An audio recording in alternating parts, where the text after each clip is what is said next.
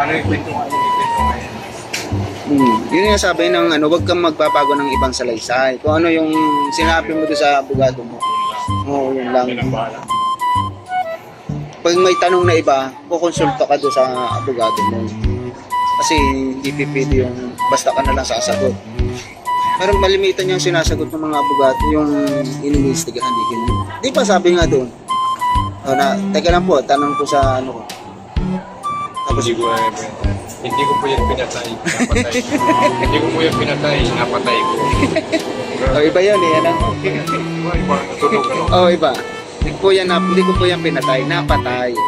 Kasi ibig sabihin, hindi mo sinasadya, aksidente. Hindi mo, kasi iba yung pinatay mo, huwag doon sa napatay. Kasi pag pinatay mo, sinadya mo yun. Pinatay ko yan, puta, nagluko-luko yan eh. Ayun daw, pilik pala, yung madili daw yung di ba, yung pilik. Kung talaga unahan ng nanay. Hindi ko na tinatanong daw din ng tatay nila. Sabi na nung nanay na pinahinap yan. Hindi ko alam anak, kasi nung nang mangyari, nakatalikod ako. Nakatalikod na. Oo nga naman. Hindi nga naman niya alam kung sino yung...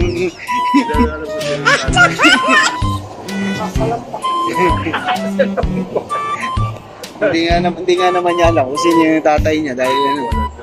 Kasi nung nangyari yan, nakatalikod ako. Patangin niya lang dito yung ganda. Magaling sumalita ng kwento yun. Nakakapa niya eh. Ang driver na patangin. Ano yung gusto namin na wala.